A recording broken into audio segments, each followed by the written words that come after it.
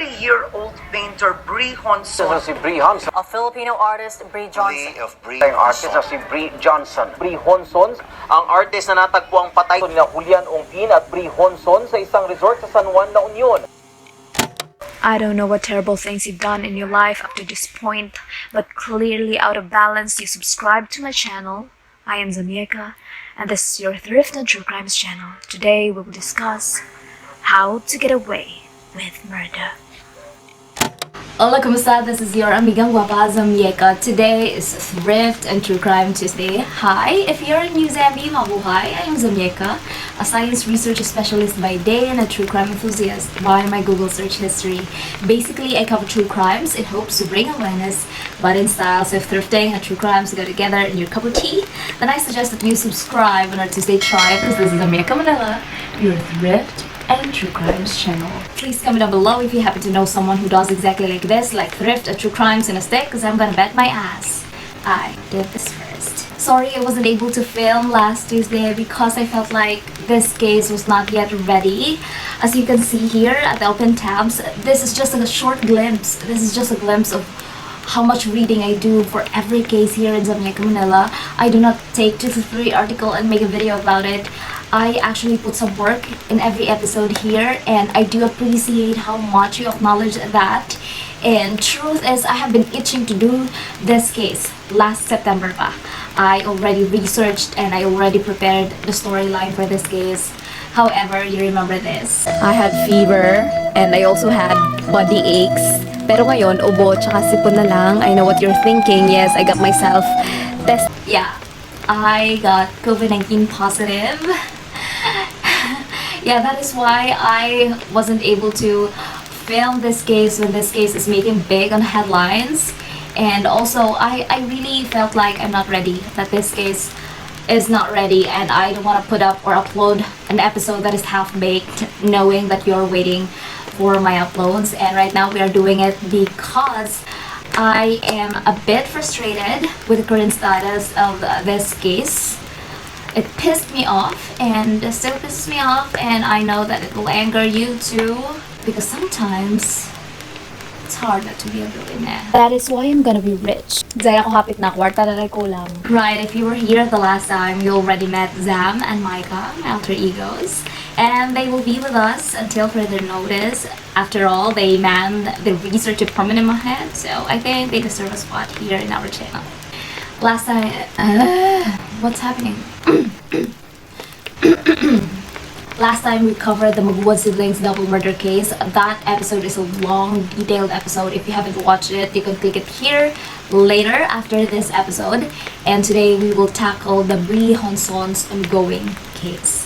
And since our channel will tackle sensitive matters like crime scene description, illegal drugs, suicide, SA, and adult dialogues and the purposes of education and awareness, so Warning. The following video contains graphic materials that may be harmful or traumatizing to some audiences.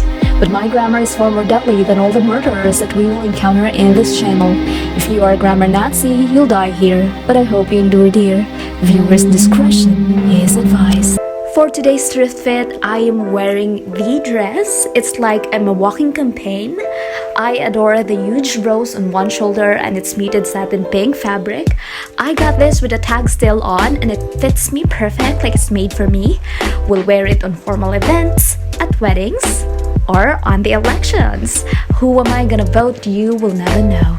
Amidst pandemic and other world crises, I urge you Zambies to know your candidates. Remember that good governance can lead to lower crime rates.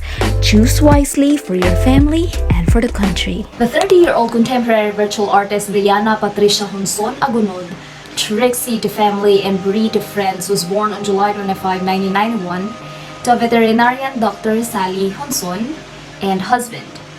Bree's parents separated when she was still young, which prompted Dr. Sally and Bree to move back to Davao, which is Dr. Sally's hometown.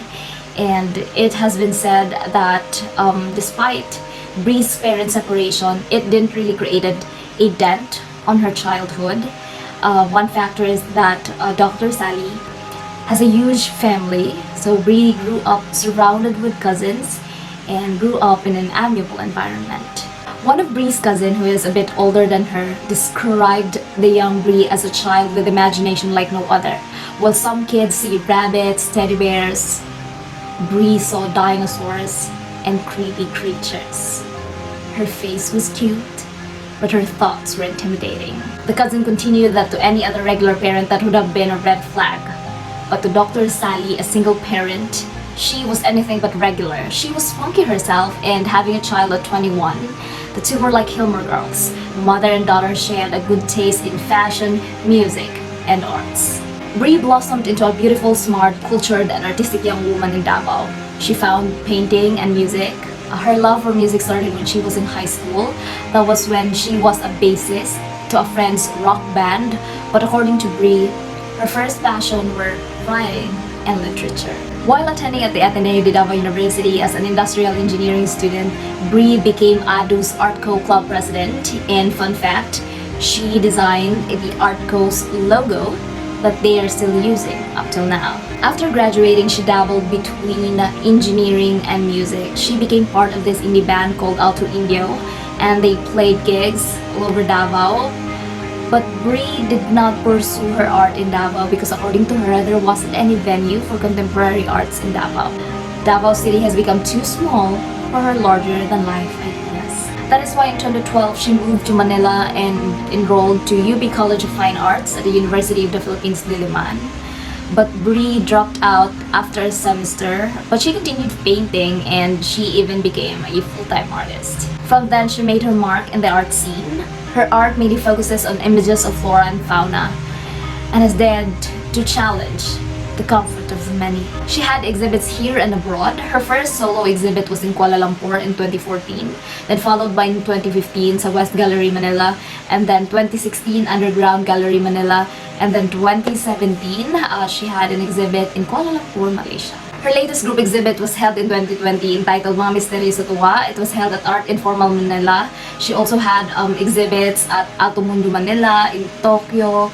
Bree's works were also showcased in prominent museums. Bree also recently collaborated with celebrity photographer Mark Nicdao in a preview shoot starring Ellen Adarna in the early 2021, and her latest exhibit last February 2021 became so commercially successful, like her works were selling like pancakes. She became so excited that she wanted to set up a studio in La Union.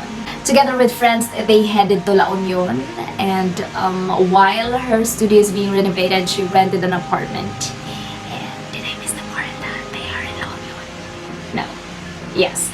Great place to have fun, and they did. September 17, 2021 at around 8:30 p.m., Bree and boyfriend for 2 months, Julian Roberto Stone Ongpin, 29 years old, son of the billionaire business magnate, former trade minister, and is now the chairman of Alpha Land, Robert Ongpin, checked in at Flotsam Jetsam Resort San Juan, La Union.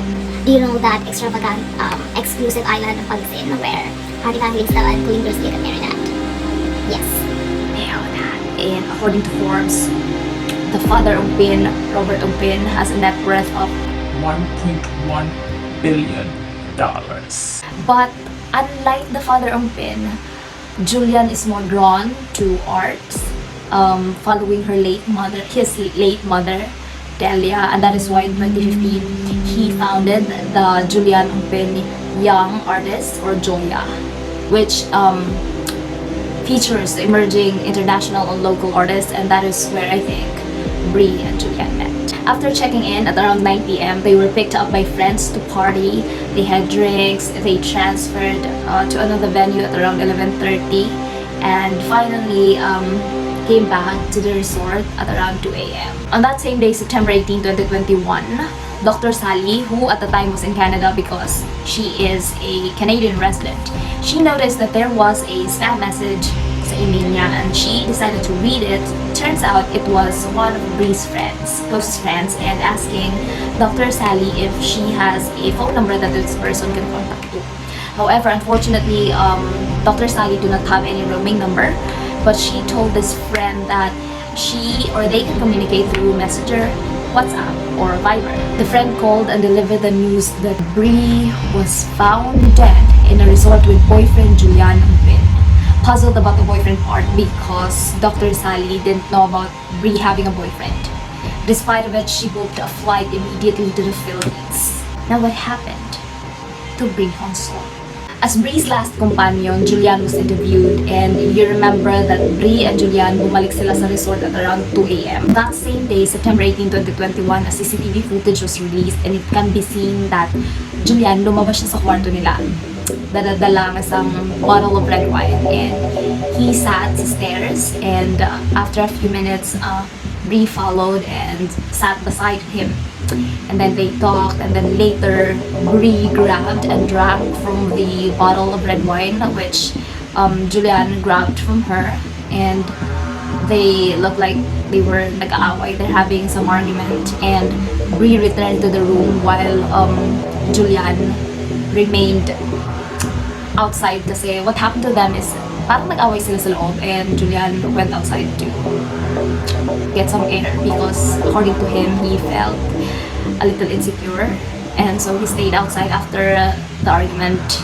And during that time, the staff of the Flatsam Jetsom Resort heard this altercation between them. After some time, he decided to get inside the room, and nung pumasok na siya, he didn't find Bree sa loob. Now lumabas siya. So kasi pag nasa labas ka na ng door nila, parang may window nasa hallway door, tapos may window ng CR nila. So, he found a small ladder. So, tumutun siya dun. And that was when he saw Bree hanging from the curtain rod. Tibay ng curtain rod. Yes, one reliable source said that nagbigti si Bree sa curtain rod. Also, one source of article na legit naman yung news center na yon said that Bree hanged herself in a shower head. But let's just go with the curtain rod, okay? Julian said that he immediately removed the jealousy of the window to move the curtain rod dun sa CR and lower the body of Bree sa pagkakabigti. Then after that, he went inside the room, and kasi nakalock yung CR. So, he destroyed the bottom part ng door ng CR so that he can get Bree out of the comfort room, and then he laid Bree sa nearest bed, and that was when he called The police. No, he called one of their executives sa company nila to ask for help. Kiwajin mga dato, uy, ako ato tabang mga langit. Between 4:50 to 4:55, Julian asked for help sa resort safety personnel, and this personnel came to the room and found Bree lying on a bed na. He checked her pulse, pero wala nang pulso si Bree during that time. And 5 to 10 minutes after, dumating yung mga police. During this time, crazy kasi sinalubong sila ni Julian na inom pa rin siya ng inom ng alak. During sa pagkarating ng mga police, up until in-interview siya, inom pa rin siya ng inom ng alak. And so on the second time, the police checked Bree's pulse, and on the second time, wala pa rin. And so the authorities asked for help sa San Juan DRRMO, and they arrived, and then on the third time, they checked Bree's pulse, and talagang wala na siyang pulse. Bree was brought to 2 hospitals. First is that small hospital or clinic, and this clinic advised them to bring Bree to a bigger hospital, and that was when Bree was brought to Ilocos Training and Regional Medical Center, where Bree was declared dead on arrival. Julian with minor scratches here, he was also treated sa hospital. Back to the hotel, may mga pulis pa rin naiwan doon, and they secured the place, the room, to be off limits sa public since it is a possible crime scene. And before 7 a.m., the SOCO personnel came and they processed the crime scene. Inside the room, they found 12.6 grams of suspected cocaine, and these were collected immediately for laboratory examination, and it was indeed positively identified as cocaine. Julian and Bree were subjected to drug tests, and both of them tested positive to cocaine use, and immediately Julian was arrested by the police on the grounds of possession and use of cocaine, and basing on the amount of cocaine confiscated from them, Julian was indicted for possession of cocaine with no bail recommended. Because Section 11 of RA 9165 states that pwede kang makapagpiyansa kung below 5 grams yung nakuha sa yung cocaine, marijuana. But for this case, 12.6 grams of cocaine were found within the room of Bree and Julian. Contrary to Julian's statement that Bree committed suicide, the Jonson family believes that there is a foul play because aside from the red marks daw here sa neck ni Bree, meron din daw red pressure mark here na parang sinakal, and they cannot not notice the fresh scratch marks dito sa katawan ni Ongpin that is visible during his mugshots. If you're going to ask me, posibleng pinatay si Bree. Strangulation to death. Oh, don't be silly. Di ba sinira niya yung door so he could get in? There were nails at the side, so baka doon niya nakuha yung mga marks na yun. The police officials were quick to release results conforming to Julian's narrative na yung mga sugat niya were actually from the nail sa window and sa door na sinira niya to get into Bree. But the Jonson family is not taking any of it. The family, the friends, believe that suicide is not hostile. Diba Julian was arrested? This is actually the time when it started to smell fishy because almost immediately after the initial arrest of Julian, the La Union prosecutor ordered release of Julian pending preliminary investigation. Of course, the Jonson family were not happy. They were actually surprised kasi they thought, they know that the case filed against Ongpin or Julian is non-bailable, di ba? Huli yan, pero pinakawalan. That just means that he got good lawyers and at least getting levels with all those money. With this, the family feared that Julian may fled outside of the country. Therefore, on their request, following the release of Julian, the DOJ put Julian on the immigration lookout list on September 21, 2021. However, an immigration lookout bulletin order cannot prevent anyone or Julian from flying out of the country because only courts can issue whole departure orders. At this point, the NBI investigator, they already conducted an inventory of evidences and they found 130 evidences found in the room. But get this, a rope is not one of them. There was no rope found anywhere in the room. Uniyong sa may gigamit paghikugisem. Julian allegedly said that Bree hanged herself by attaching the strap of her bra. Suicide. Using bra strap. I know. The NBI also find this such discrepancy sa statement ni Julian because quote-unquote they say the lacy bras in the couple's room were intact. Walang konting punit sa mga bra that could have been used by Bree to commit suicide. But the autopsy revealed that Bree's cause of death is asphyxia. Bree's memorial was briefly held sa Quezon City but because taga doon yung tatay niya. And in an interview, Dr. Sally said that if Julian was innocent and he truly loved Bree, her daughter, they invited Julian to come over to the wake to say goodbye for the last time. Julian didn't come. Okay? And on September 26, iniuwi na yung katawan ni Bree sa Davao. And since limited lang yung pwedeng to pay the respects, the family actually held an online burial or e-burial for their distant family and relatives. And on September 29, Bree was finally put to rest. On top of Julian being released, despite that he was the last person to be with Bree before she was found dead, also sa drugs, the Jonson family expressed their frustration towards the PNP. Because if you would listen sa mga interview ng PNP hinggil sa kaso, if you would listen carefully sa True Lang, parang despite na ongoing pa yung kaso, it seems like the police is already siding Julian. Spokesperson/psychologist ni Julian ng PNP. Lie show. A lot were frustrated with the seemingly unfair handling of the PNP sa case ni Bree, that the jail Julian Ongpin campaign was actually started.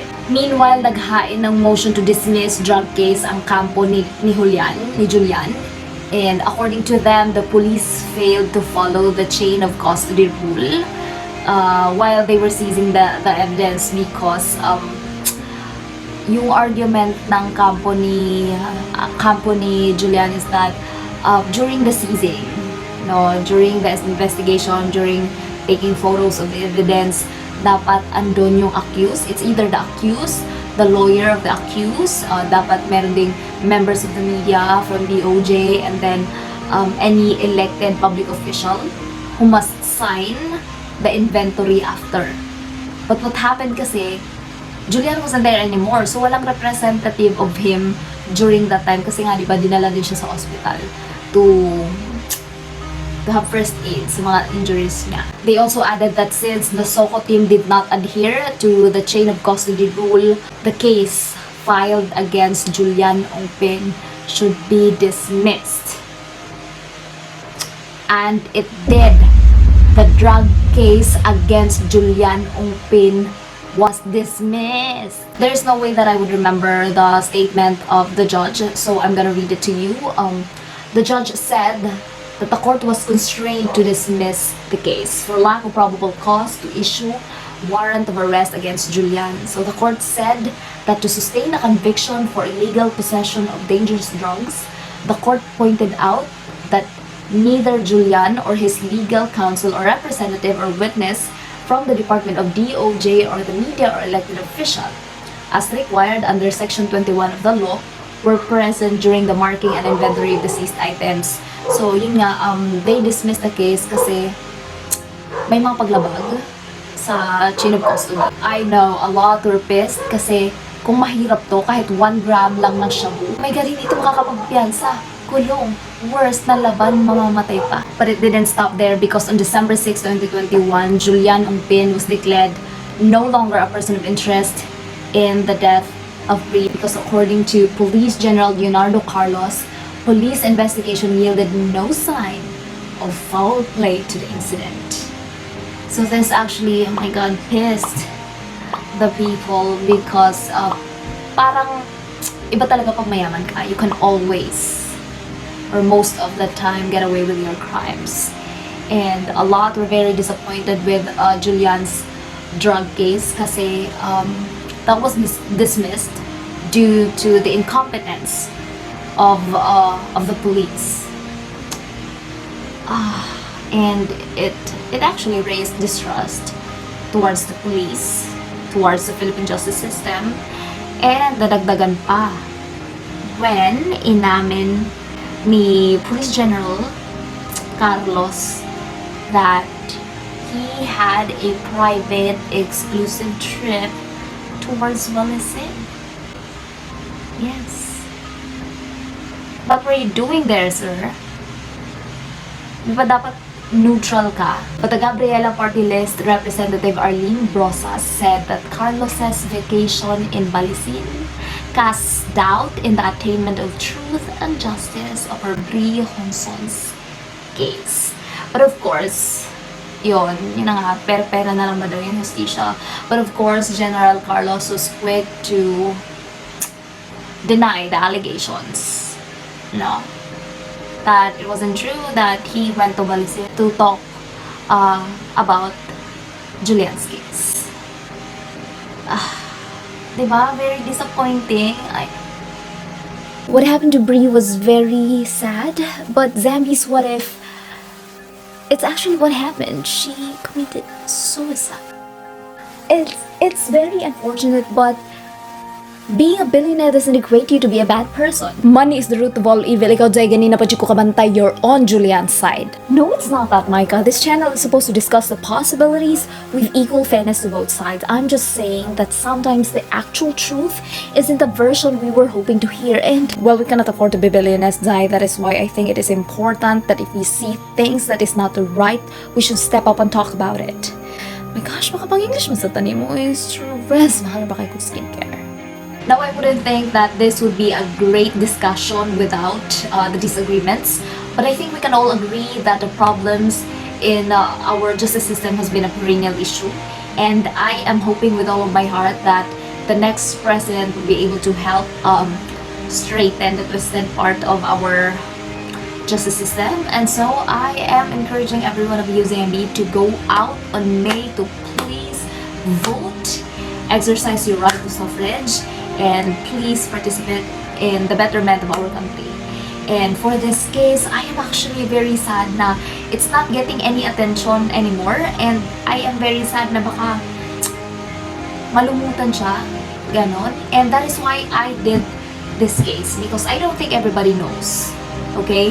And if you want to be updated about this case, you may follow the Justice for Bree Jonson page.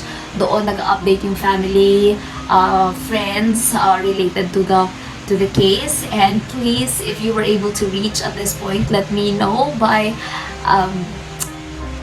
commenting down below #kasali ako, that is K-A Sally na S-A-L-L-Y tapos ako. Ayan, to express that you too is hoping nothing but for the truth to surface, so that Bree and family would have the peace, if not justice. And yeah, please let me know about your thoughts of this case. Well, Zam has her points too naman, and Micah's reaction is very valid. And yeah, this has been Zamieka. Thank you for watching this episode, and I'll see you in our next episode.